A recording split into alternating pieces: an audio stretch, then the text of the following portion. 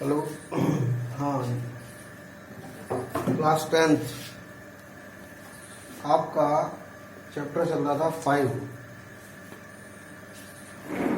Chapter 5 में 5.3 चल रही थी और 5.3 के मैंने आपको सवाल करवा दिए थे।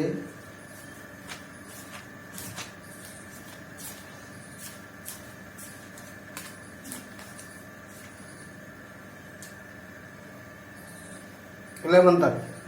Question number 12, find the sum of first 40 positive integers divisible by 6। पहले 40 पॉजिटिव इंटीजर्स लेने हैं जो 6 से डिविजिबल और उनका सम बताना है। देखिए, फर्स्ट 40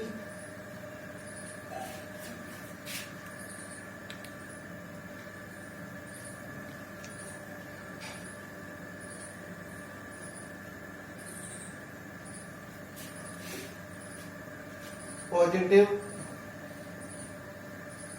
इंटीजर्स डिविजिबल बाई 6। तो 6 से डिविजिबल पहले 40 पॉजिटिव इंटीजर्स होंगे।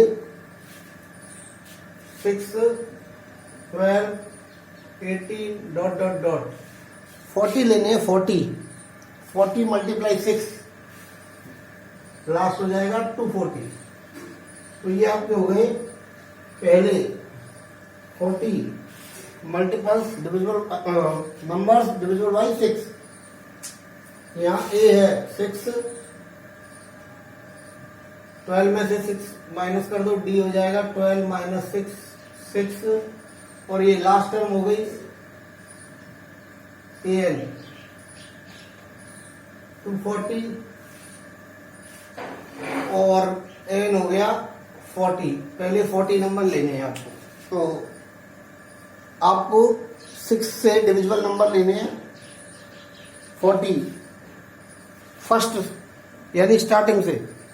तो 6 की टेबल लिखेंगे 6, 12, 18 डॉट डॉट डॉट 40 नंबर लेने हैं। तो 40 वाला नंबर होगा 40 मल्टीप्लाई 6 240।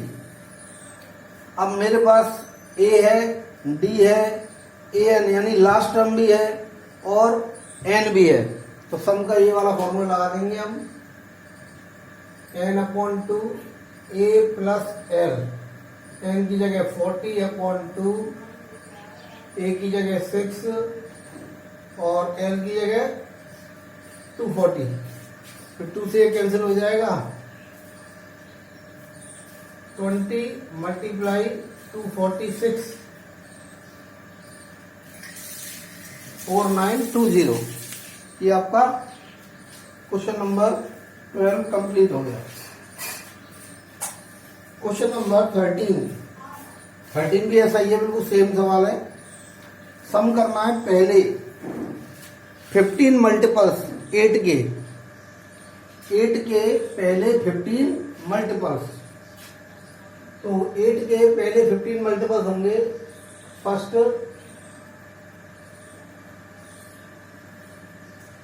सेम सवाल है। देखिए, फर्स्ट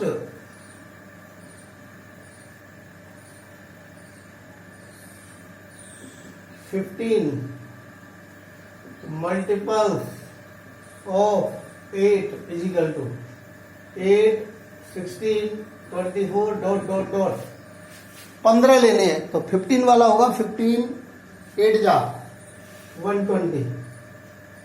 ए हो गया 8, 16 माइनस 8, डी हो गया 8, एन लास्ट टर्म 120 और 15 मल्टीपल का सम करना है। एन हो गया 15। ये वाला फॉर्मूला लगा देना और इसको कंप्लीट कर लेना।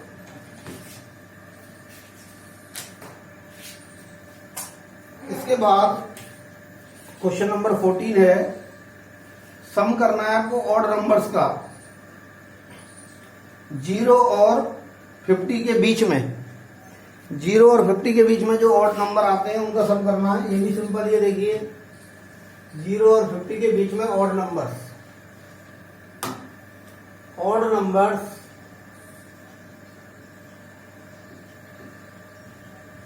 Between 0 and 50। तो 0 और 50 के बीच में ऑड नंबर्स है 1 2 3 ऑड लेने, 5 7 डॉट डॉट डॉट, और 50 से जस्ट पहले आता है 49। तो हमें इनका सम करना है। सम के लिए कोई भी फॉर्मूला हो उसमें n जरूर चाहिए, यहाँ n नहीं है आपके पास, तो n निकालेंगे। n निकालने के लिए an वाला फॉर्मूला लगाएंगे। an is equal to a plus n minus 1 d। an की जगह पे लिखेंगे 49, a की जगह पे 1, n माइनस 1 और d की जगह पर 3 माइनस 1 2। यहाँ पे लिख लेना a 1 है और d 3 माइनस 1 2। इसके बाद 49 का 49, 1 का 1, 2 का n से होगा 2n और 2 1 जा 2, माइनस 2 और प्लस का 1, ये हो गया माइनस का 1 प्लस 2n, माइनस 1 इधर आ जाएगा प्लस होकर, तो 49 और 1 50 इजिकल टू 2n और n आ गया 25। अब n निकल गया। अब आपको सम करना है बस।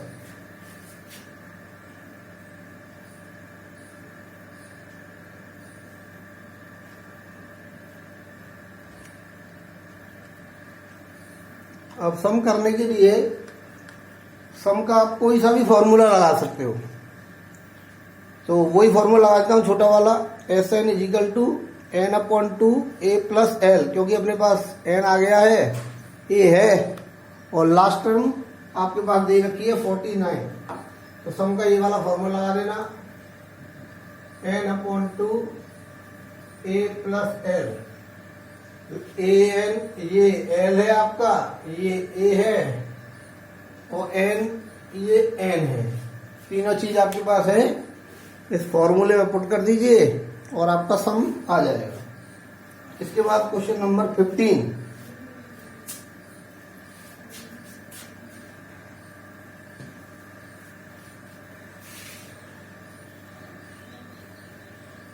क्वेश्चन नंबर 15 समझाने से पहले एक सवाल समझा देता हूँ। मुझे याद आ गया, एक बच्चे ने पूछा था, वैसे तो सिंपल था, फिर भी पता नहीं क्यों पूछा था उसने। चलो समझा देता हूँ। देखिए शायद 5.2 का था वो।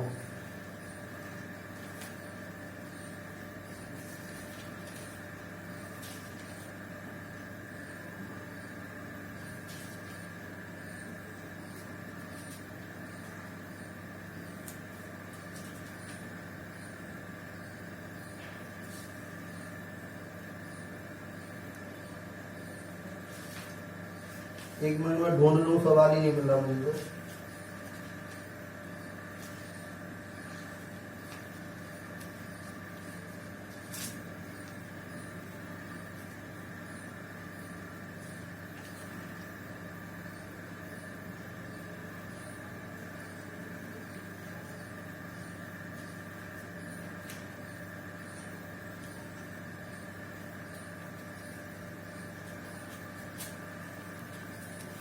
एक मिनट।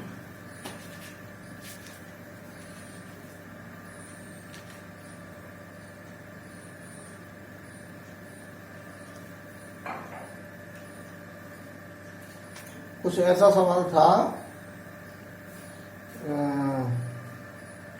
ये एपी की टर्म चेक कीजिए, एपी की टर्म है या नहीं। आ गया सवाल।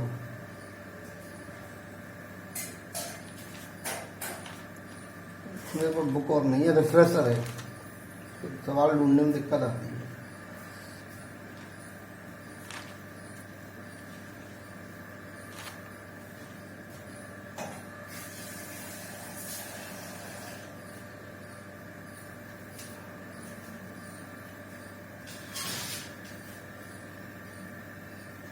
हाँ ये मिल गया। चेक, ये सवाल पूछा था एक बच्चे ने, check whether -150 is a term of the AP. बड़ा आसान सा सवाल है, ये भी नहीं हुआ उससे, चलो कोई दिक्कत नहीं, बता देता हूं मैं। -150 इस एपी की टर्म है या नहीं है, ये चेक करना था। तो देखिए 11852 मुझे चेक करना है -150 इसमें आएगा या नहीं आएगा। तो ए तो 11 हो गया, डी 8 -11 -3 हो गया, और ए एन -150 हो गया। मुझे नहीं पता ये आएगा या नहीं आएगा, इसलिए मैं लिख देता हूं इफ पॉसिबल, यदि संभव हुआ तो। अभी चेक करेंगे हम आएगा या नहीं आएगा एपी में। तो ए एन वाला फॉर्मूला लगाता हूं, ए एन बराबर ए plus N -1 D. A N की जगह -150 लिखेंगे, ए की जगह 11, एन निकालेंगे और डी की जगह पर -3। अगर एन इसका होल नंबर में पूरा पूरा निकल गया तो ये एपी की टर्म होगी, और नहीं निकला तो एपी की टर्म नहीं होगी। तो 11 को इधर ले आओ, -150 -11, -3 का एन से होगा -3n +3, इनको जोड़ लो -161, और माइनस ये +3 को भी इधर ही ले आता हूं, -3 इधर रह जाएगा -3n, -164 -3n, n बराबर -164 अपॉन -3, माइनस से माइनस कट गया, तो ये आया not a whole number. n जो है आपका होल नंबर में नहीं आया है, so -150 is not a term of the given AP. तो गिवन एपी की ये टर्म नहीं होगी। अगर n पूरा पूरा निकल जाता तो ये एपी की टर्म होती, इसलिए नहीं होगी। अब आ जाइए, आपकी चल रही थी जो एक्सरसाइज 5.3, तो इसका 15 वाला क्वेश्चन देखिए 5.3 का।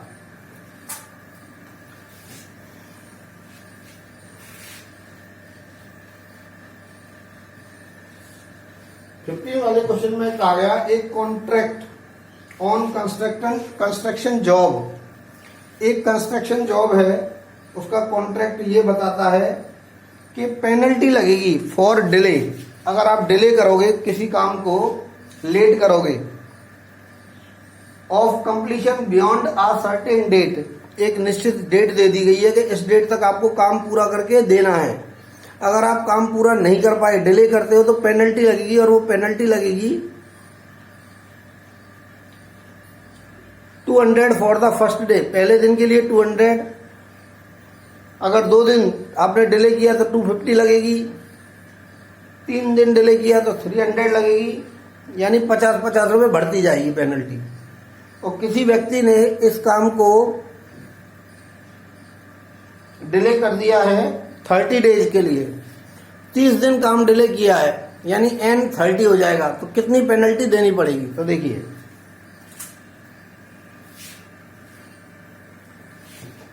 यहां पर पहले दिन 200 रुपए पेनल्टी लग रही है, इसलिए पहली टर्म हो जाएगी 200, ए हो गया 200, और 50-50 रुपए बढ़ती जा रही है, दूसरे दिन 250, और डी हो गया 50, क्योंकि 200 250, तो 250 में से 200 को माइनस करेंगे तो डी आ जाएगा 50, और 30 दिन तक डिले किया काम, तो एन हो गया 30। 3 चीजें हैं आपके पास, ए है 200 रुपए, डी है 50 रुपीज, और 30 दिन के लिए डिले किया गया, एन है 30। जब ए, डी और एन तीनों चीज दे रखी हो तो सम का फॉर्मूला लगाते हैं, n/2 multiply 2a plus n - 1d। बस इसमें आपको पुट करनी है सभी चीजें, n की जगह पे n लगा दो, 30/2, 2 मल्टीप्लाई 200, 30 - 1, और d की जगह पर 50। अब इसको सॉल्व कर लीजिए, 2 से ये कट गया 15 टाइम्स, 200 2 जा 400, 30 - 1 29, 29 मल्टीप्लाई 50,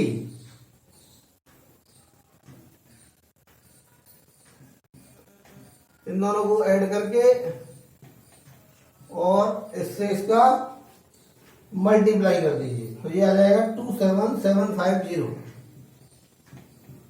ये आपको पेनल्टी देनी पड़ेगी 27,750। तो hence a delay of 30 days cost the contractor rupees ये, या टोटल अमाउंट ऑफ पेनल्टी ये लिख देना।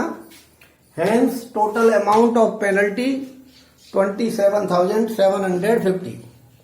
तो ये आपका सवाल नंबर हो गया 15 कंप्लीट। इसके बाद क्वेश्चन नंबर 16।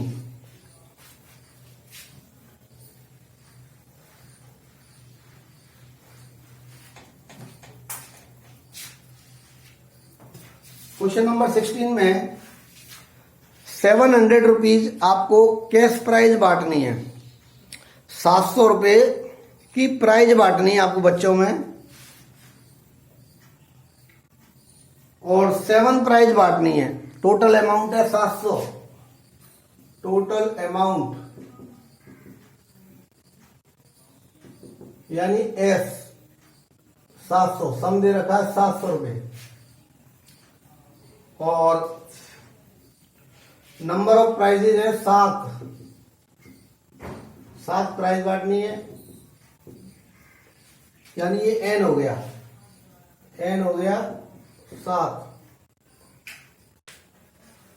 अब प्रत्येक प्राइज अपनी पिछली वाली प्राइस से 20 कम है। वो ये कह रहा है प्रत्येक प्राइज पिछली वाली से 20 कम है। आप डी कैसे निकालते हो? पिछली वाली को घटाकर, और पिछली वाली से 20 कम है तो आप पिछली वाली को घटाओगे तो -20 आएगा डी।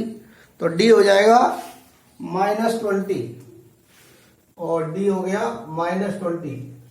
ये आपके पास 3 चीजें दे रखी हैं सवाल में। सम दे रखा है 700 रुपए जो आपको बांटने हैं, 7 प्राइजेज बांटनी है तो एन 7 हो गया, और डी हो गया -20। अब इसमें आपको प्राइजेज निकालनी है। फर्स्ट प्राइज ए कहलाएगी तो ए निकालना है। फिर 20 रुपए कम है प्राइस, फिर तो हम 20 घटाकर आगे की प्राइस निकाल लेंगे। तो जहां पर आपको सम दे रखा है तो सम का फॉर्मूला लगाइए।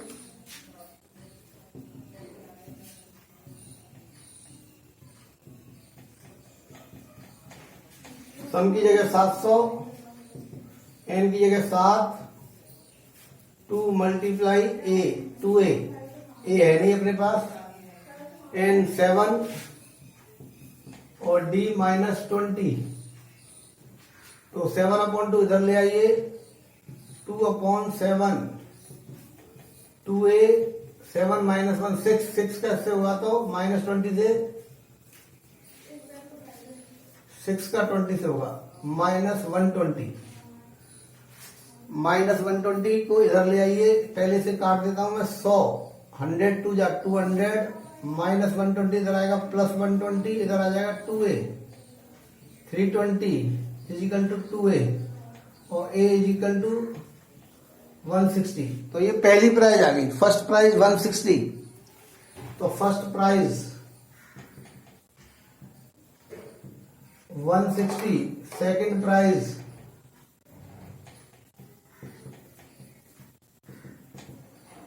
140, 20 कम कर दो। थर्ड प्राइज 140 में 20 कम कर दो, 120। और fourth prize 100, fifth prize 80, sixth prize 60,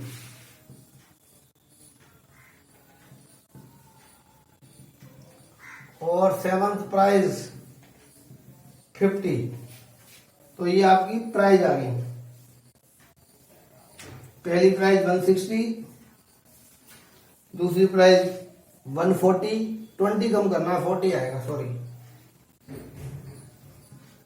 तो फर्स्ट प्राइज 160, इसके बाद 20 कम करते करते आपकी सारी प्राइज निकाल दीजिए आप। सेकंड 20 कम कर दो, थर्ड फिर 20 कम कर दो। तो इस तरह से आपकी 7 प्राइजेस आ गई। अब 2 क्वेश्चन रह गए, इसके 3 रह गए। 17 देखिए। एक स्कूल में स्टूडेंट्स को कहा गया है पेड़ लगाने के लिए। स्कूल के अंदर और स्कूल के चारों ओर पेड़ लगाने हैं, और प्रत्येक क्लास के प्रत्येक सेक्शन को पेड़ लगाने हैं, और प्रत्येक क्लास के प्रत्येक सेक्शन को उतने ही पेड़ लगाने हैं जितने की सेक्शन जिस क्लास में वो पढ़ता है। जैसे पहली क्लास है, पहली क्लास के मान लो 3 सेक्शन है, तो फर्स्ट क्लास है तो इस सेक्शन ए को भी एक पेड़ लगाना है क्योंकि पहली क्लास का सेक्शन है, इसको भी एक पेड़ लगाना है, इसको भी एक पेड़ लगाना है। ऐसे ही जैसे सेकंड क्लास है मान लो, तो सेकंड क्लास है इसलिए इसका एक सेक्शन जो ए है इसको 2 पेड़ लगाने क्योंकि क्लास सेकंड है, इसको भी 2 लगाने, इसको भी 2 लगाने। ऐसे ही 12वीं क्लास तक चलता जाएगा। 12वीं क्लास के भी 3 सेक्शन है तो इसको भी 12 पेड़ लगाने, इसको भी 12 और इसको भी 12। आगे बात समझ में? तो सभी क्लासों को पेड़ लगाने हैं, जिस क्लास में पढ़ते हैं उतने ही पेड़ लगाने हैं, और जितने सेक्शन है प्रत्येक सेक्शन को पेड़ लगाने हैं। तो हर क्लास के 3-3 सेक्शन है। ये सवाल में दे रखा है, मैं पढ़ के बता देता हूँ आपको। देखिए, एक स्टूडेंट जो है पेड़ लगाने की सोच रहे हैं स्कूल के अंदर और स्कूल के बाहर एयर पॉल्यूशन कम करने के लिए। उन्होंने ये डिसाइड किया कि number of trees that each section of each class will plant, प्रत्येक क्लास का प्रत्येक सेक्शन पेड़ लगाएगा, और विल बी द सेम पेड़ लगाएगा एज द क्लास, जैसी कि उसकी क्लास है, जिस क्लास में पढ़ता है उस हिसाब से पेड़ लगाएगा। एग्जाम्पल दे दिया है, फर्स्ट क्लास का जो बच्चा है वो 1 पेड़ लगाएगा प्रत्येक सेक्शन, एक सेक्शन 1 पेड़। ऐसे दूसरी क्लास का प्रत्येक सेक्शन 2 पेड़। ऐसे 12वीं तक चलेगा, प्रत्येक क्लास में 3 सेक्शन है, तो कितने पेड़ टोटल लगाए जाएंगे? तो देखिए,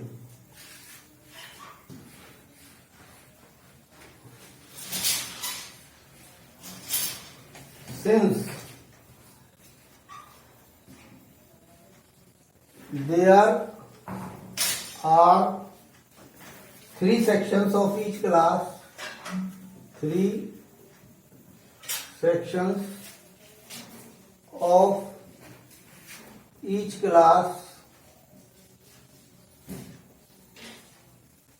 so the number of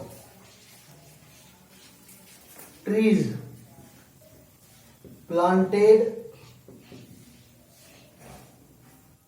by class first,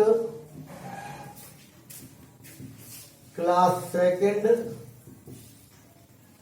class third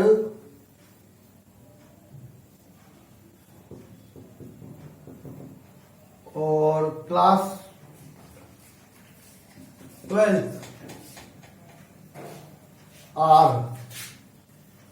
अब देखिए, पहली क्लास सेक्शन है 3, तो एक तीनों क्लासों ने पेड़ लगाया तो 3 पेड़ तो हो गए 1 into 3। दूसरी क्लास 3 सेक्शन है, 2 पेड़ 3 लगाएंगे, इनके पेड़ हो गए 6। तीसरी क्लास 3 सेक्शन है, 3 पेड़ लगाएंगे 9।